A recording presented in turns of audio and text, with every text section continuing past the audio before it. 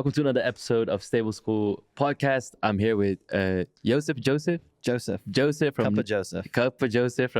Nerite. Yes. Joseph, please introduce yourself and Nerite.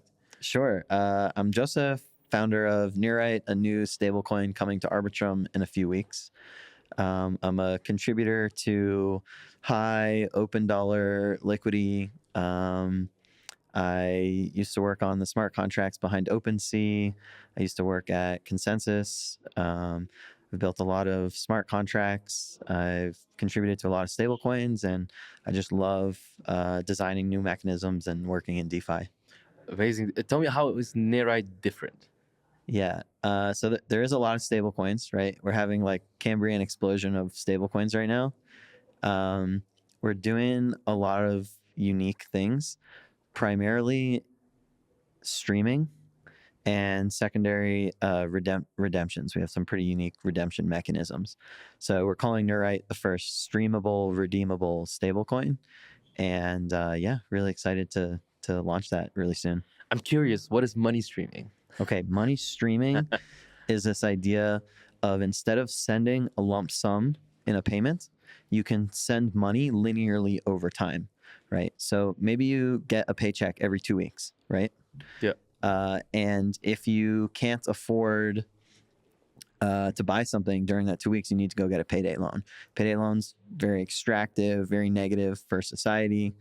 What if instead of getting paid every 2 weeks, you got paid every microsecond or every millisecond, or every second you got 5 cents instead of getting your full paycheck every 2 weeks, right?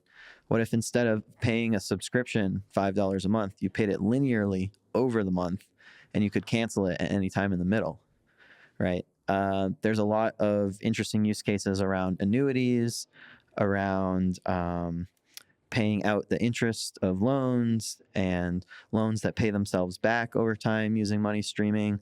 It's really just a new way to send money that was originally pioneered by Superfluid, which is another really, OG DeFi protocol. And we've actually built Superfluid into Nerite. So our stablecoin is natively streamable. No one's ever done that. Doesn't need any wrappers or any other things to understand to do it. You can just instantly start sending money linearly over time to anyone. So perfect for subscriptions, perfect for vesting, for DAO grants. And I'm really excited to see some other things that people are building on it, like a new annuities protocol. Do you have like some liquidity requirements? No. So how does it work? So people use the Nerite stablecoin. Mm-hmm. What's it called? The USDN. Which is so annoying because when I started working on Nerite, there was no one using USDN as a ticker, and now there's like 3. Oh shit. So so people will hopefully be able to find that. But yeah, USDN. I'm pretty sure you guys have a novel solution, but it's very, very, very interesting. You actually just introduced me to this concept because the first thing that I can think of is like, great, I can have my money work faster for me. Yes. Increasing the velocity of money makes the society richer. And I think giving people access to their money sooner it's just a benefit. Every time we create a new way to send money, we have this huge explosion of other things we can build on top of that. So, Ethereum or Bitcoin is an example, a new way to send money, digital payments for the first time that are actually peer-to-peer. Look at everything that gets built on top of it. Now we have money streaming, and I think we can have a similar explosion of, building new types of protocols on top of it. I mean, it sounds super exciting. Something else that I'm thinking of is it not inefficient? Is it not inefficient? Yeah, protocol is it inefficient? Like, it feels like the reason why you have like higher frequencies of interval or higher intervals is so you're not dealing with the inefficiencies of like maybe sending or like what does the transaction cost look like? Yeah. Right? It's very comparable. It's a couple cents to start a stream on Arbitrum. And you can still send our stablecoin normally the way you send USDC or LUSD or any other stablecoin. You can just send it to your friend, send it to any wallet. It's just a normal ERC20, but it also has these other features about streaming. So you get to choose if you want to send normally or you want to send as a stream over time. If you do a stream over time, it's not like there's some loop that's going constantly that's charging you gas every second. Right. You're not getting charged gas every second. Gotcha. There's not a new transaction every second. We're just using really smart math, and every time you query your balance, it's going up by however much your stream is increasing your balance by. Interesting. So from a user point of view, really, I just see like the balance increase. Yes. Over. From a user point of view, you have no idea that someone has even streamed to you. You just look in your wallet or you look in your account, and the value is just ticking up constantly. Interesting. It's awesome. Yeah. I'm just trying to like understand like maybe the technical mechanics, like like, you know, this is just kind of like defying how I understand right now atomic transactions. It's a completely new way to experience money. Yeah, and so forgive me for maybe asking the same question, like, but it's like, okay, cool. I'm used to like I send you 100, you know, USD whatever, like, right. So let's say I use the end, I send you, and you know, boom, your balance goes up, my balance goes down. But then when I stream you money, you decide I'm going to send you $100. Over the next month. Okay. So if we divide that, that's like 1 cent per second. I don't know what the actual math is. Sure. But just as an example. Sure. So now when you look up your balance, it says, okay, you have some money in there, plus you have a stream, and that stream started at this time. It is currently this time, and the rate of growth in your balance is a set rate, right? It's 1 cent per second. So I can calculate what your current balance is based on just multiplying the rate by the amount of time that has passed. So there's no additional gas. It's just one extra kind of math equation in there. And then this whole super fluid protocol, which adds a lot of security features and makes it so we can use this ERC20 in DeFi and use it everywhere else without causing any other problems. Again, I'm so sorry because this is new to me. Yes. Walk me through the transaction lifecycle. So the transaction lifecycle, again, like, you know, me, conventional, I almost feel weird saying conventional, feeling like, you know, I usually like one of my TradFi buddies would be like, okay, like me, conventional settlement happens at night. How does the money flow?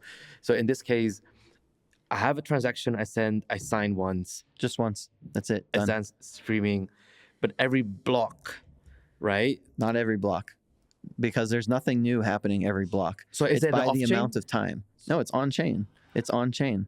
It's just linearly over time.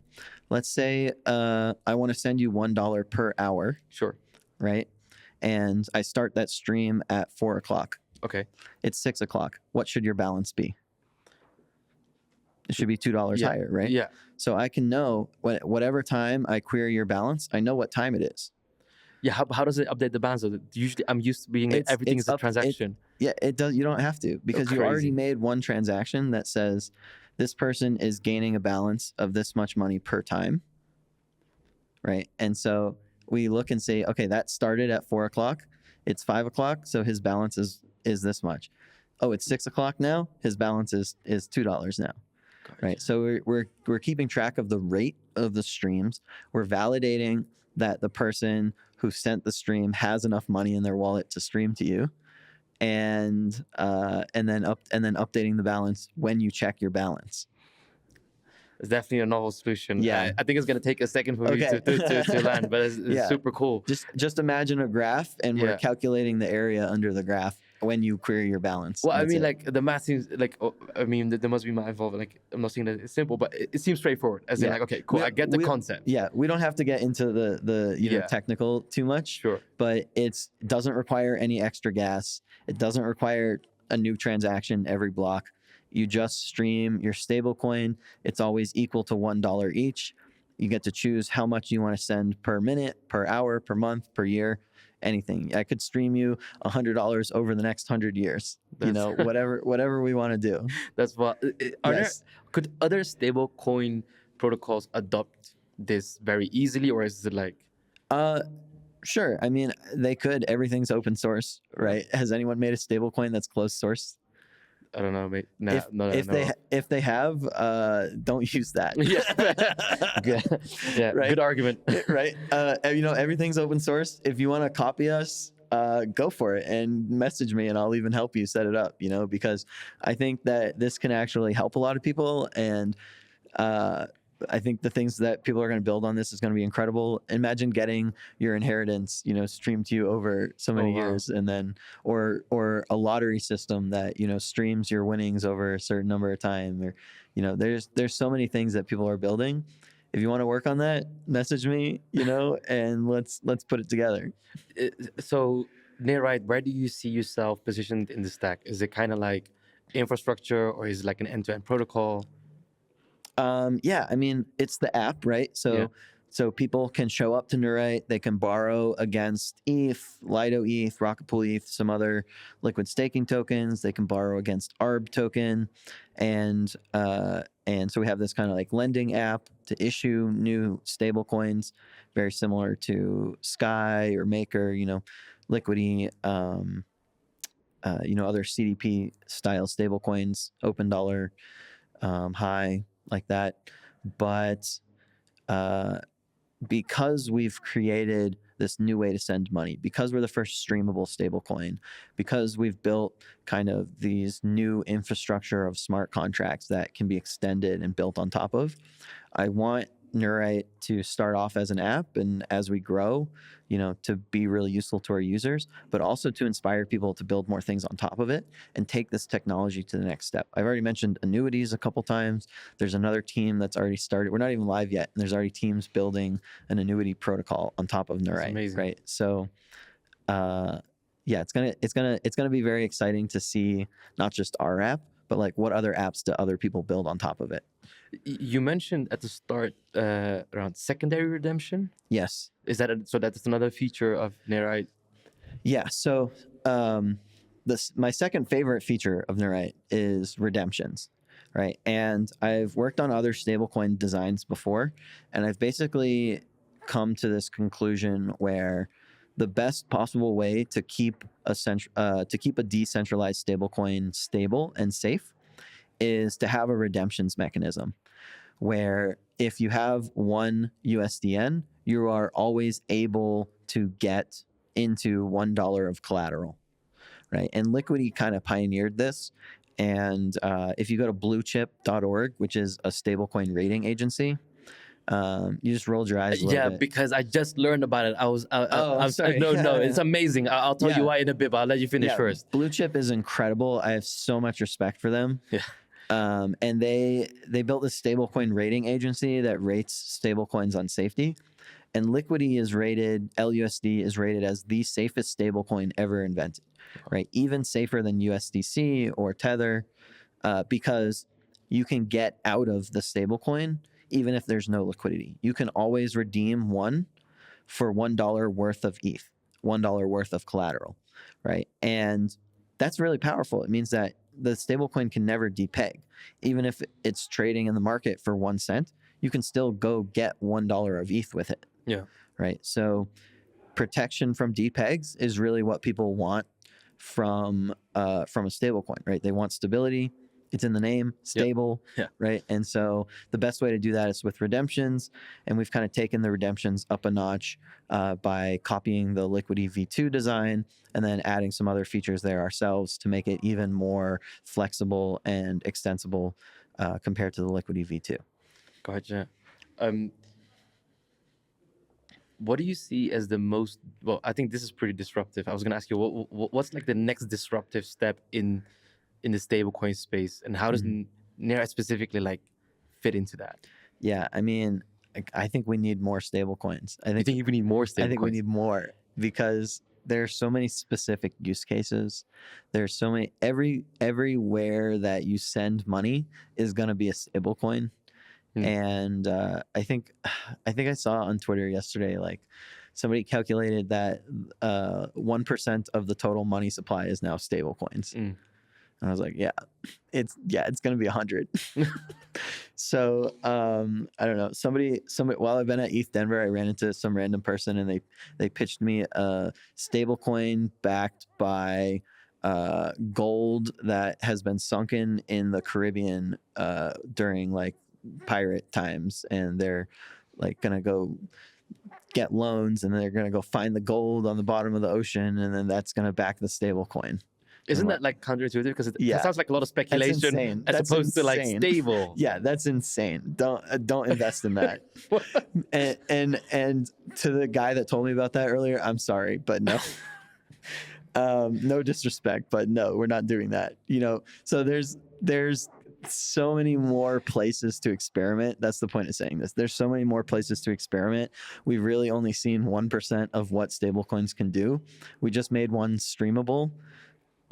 You know, what about an interplanetary stablecoin? What does that look like? You know, we haven't even traded debt yet. We're not even trading debt on chain yet, right? Like the biggest markets in the world, like mortgage-backed security trading, that's like trillions of dollars a year. Who trades debt on chain? There's no debt markets. All these decentralized stablecoins have collateralized debt positions behind them, right? CDP. You've heard that. Yeah. Why aren't we trading those? We should be trading debt positions. It's interesting that you're saying this. So Yes. first of all, I would say like, you know, with the liquidation mechanisms on chain, Yes. if you would trade debt, Yes. are we not exposing ourselves to like? No, you're saying no. Like Let's finish the question. Okay. Finish the question. So are you not exposing yourself to like a world where you go back, like not entirely like the 2008. 2008, like you're saying, not entirely, because there's a difference. Because if it's over collateralized and you're trading that debt, that's different.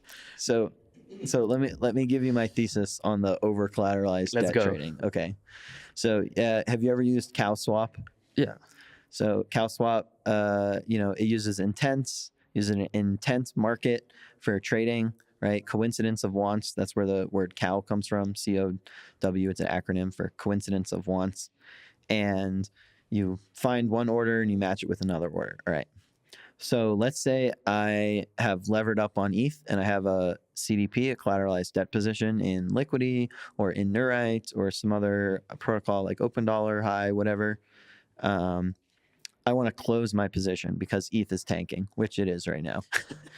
RIP. You know, RIP. Let's say I want to close that position. All right. And I have to go swap on an AMM, right? I gotta go take some ETH. I gotta swap it into stablecoins, pay back my debt, and then unlock my underlying collateral.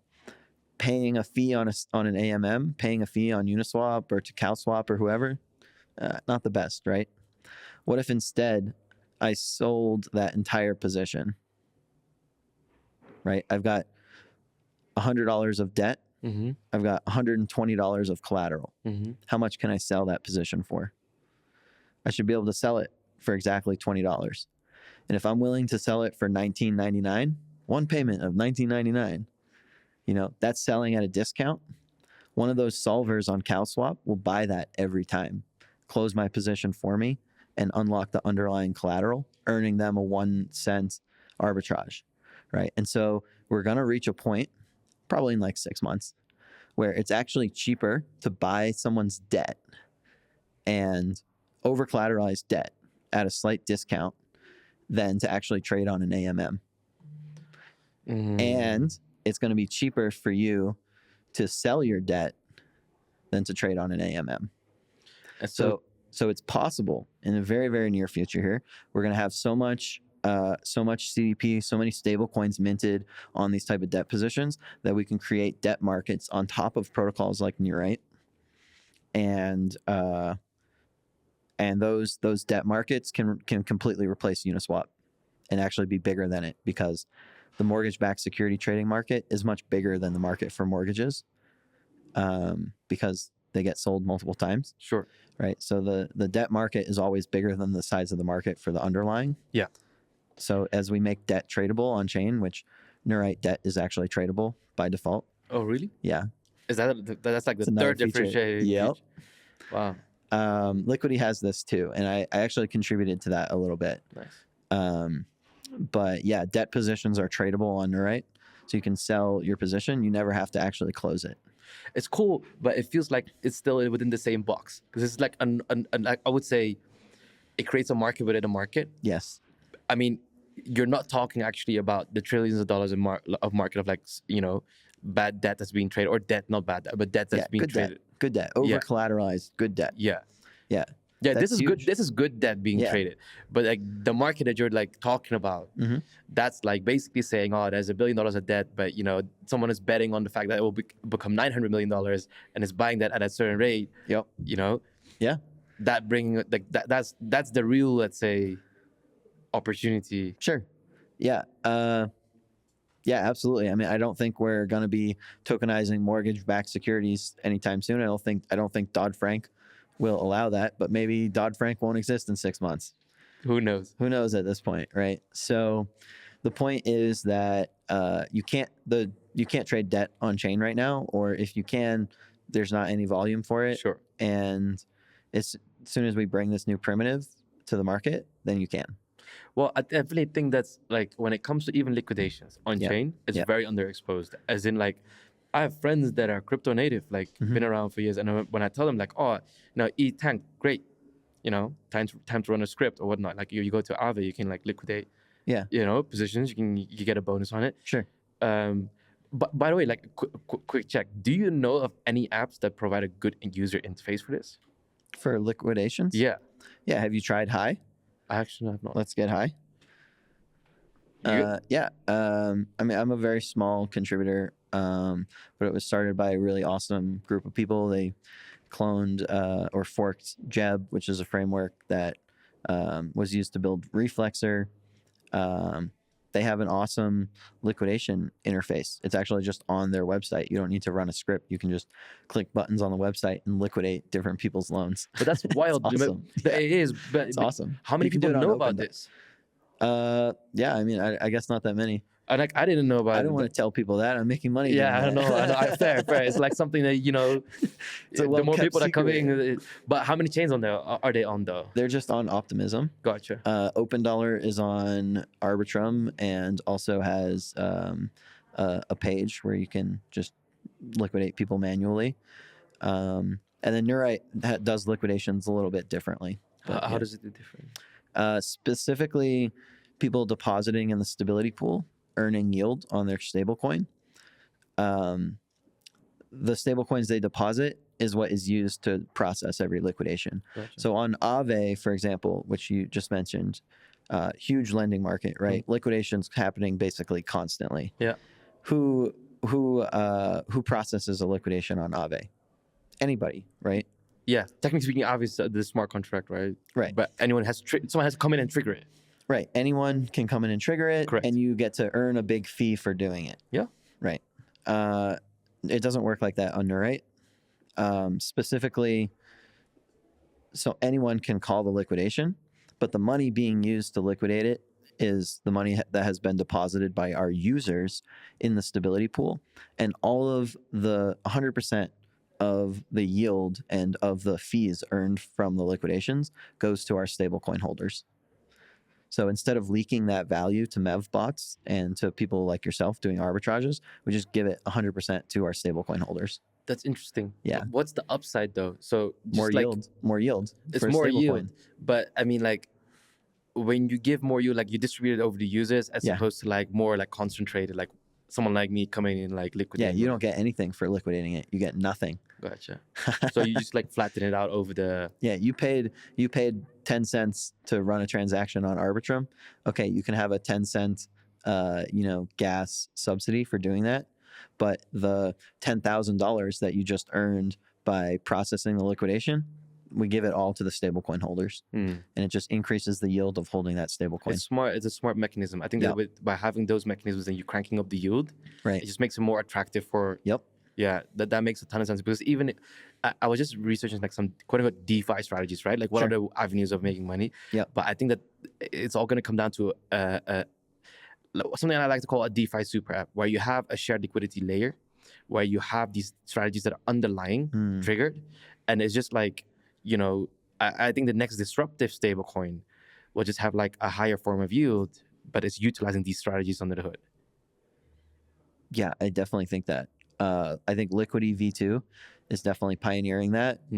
And Nerite being the Arbitrum fork of Liquidity V2, just with the gas savings of running things on Arbitrum, massive stablecoin liquidity on Arbitrum, and then the other like streaming features and particular changes that we've added to it, like accepting a larger range of collateral, just is going to make Nerite really exciting for a lot of people.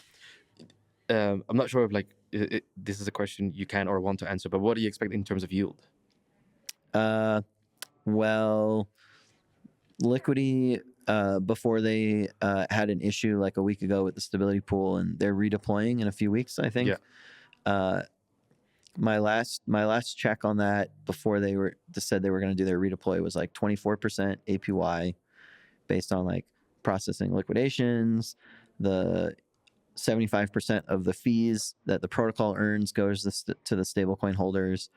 Plus, there's going to be inflationary incentives of governance tokens.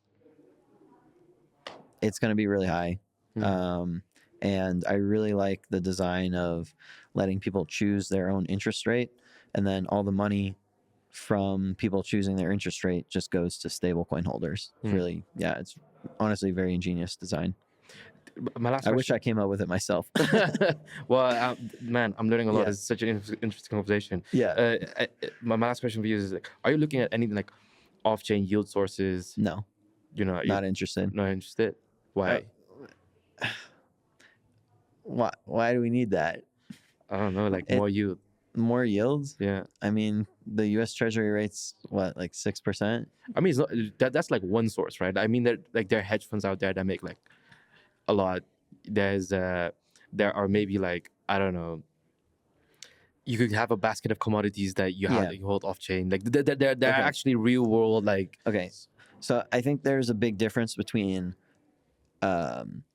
encouraging strategies with your stablecoin and encouraging people to create higher yielding strategies versus natively yield bearing for how much yield that stablecoin like natively has access to. So, the stability pool, that's part of the Nerite protocol, right? All those fees from liquidations, all the fees from borrowing fees, that yield is, that's all native. That's part of the protocol.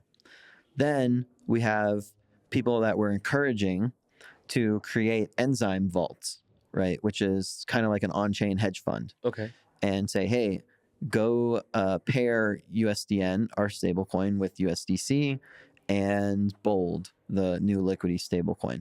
And maybe that pool, we're going to incentivize volume on it. And then that's going to have huge fees. And then we have Uniswap V4 hooks, right? That's brand new. There's another AMM called Bunny that's built with Uniswap V4, and it lets you rehypothecate collateral that has been put into an LP position into other vaults when it's not being traded against. So we can say, hey, go earn trading fees over here and rehypothecate your liquidity into this annuities protocol or into the stability pool and earn even more. And we're going to share those strategies, and as people build those kind of rehypothecation things or really interesting new mechanisms on top of Nerite, we're going to incentivize the hell out of them, right? And we're going to encourage people to do those things, but that's not part of the protocol natively, right? And so maybe there's going to be, even higher yield strategies, but the stablecoin isn't natively earning, that part. That's, increasing your risk reward, right? Yeah. Does that make sense? Yeah, 100% it does. Yeah. It does. Actually, you know what? I think on a principle basis, you'd almost argue like, does it make sense? Right. To do that. Like, it's just depending on how you design your product. Right. And your own risk tolerance. Right. So every user who comes to the protocol has a different risk tolerance. Yeah. Right. And we could say, oh yeah, check it out. Our stablecoin has 10,000% APY, blah, blah. But also there's a 99% chance that it explodes on Thursday. Yeah, it's right. all gone. We're not doing that. Yeah. I'm trying to build something for the long term here. Yeah. And so maybe someone else has slightly higher yield, but maybe it also has higher risk. Yeah. Right. I think my biggest takeaways is like, or almost like a validation where you're like, there's this stablecoin that just like aggregated DeFi strategies under the hood. Right. And I love that idea. Like literally, I've been like playing with that so much. Nerite, man, you swept me off my feet. Money streaming, it still has to sink in. It's gonna be sweet. It's Yeah. gonna be so cool. Imagine you've put money into a vault and it's earning 10%, and you're streaming the interest to your loan and paying down your loan for where you borrowed the stablecoin. Yeah, man. In a different life, I used to be an accountant. In a different Yeah. life, like I'm like, you know, Oh, accountants hate this. Accountants hate this. I hate and love it. Like, I mean, but by nature, I love my money working for you, but like in the most efficient way. Yes. And this is like kind of like reaching the pinnacle of that, getting to the most efficient way of your money working for you. Yes. I mean, if you understand the time, like the time horizon of money working for you, you understand compounding. Yes. This is taking that to an extreme. To an extreme, the absolute most possible extreme that we can possibly push it to. I love it. I think definitely it's disruptive. Yeah. You know, Joseph, it was an absolute pleasure to talk to you. Absolutely. And, thank you so much for joining. And Yeah. I'll be looking out for Nerite. I'm curious to where you guys like. Yeah. Please check it out, nerite.org, and follow me at Cuppa Joseph. And yeah, really excited to be here. Stablecoin conference is going great, and I think we're going to have an excellent ETH Denver. I appreciate you. Thanks All right. so much. Thanks, brother.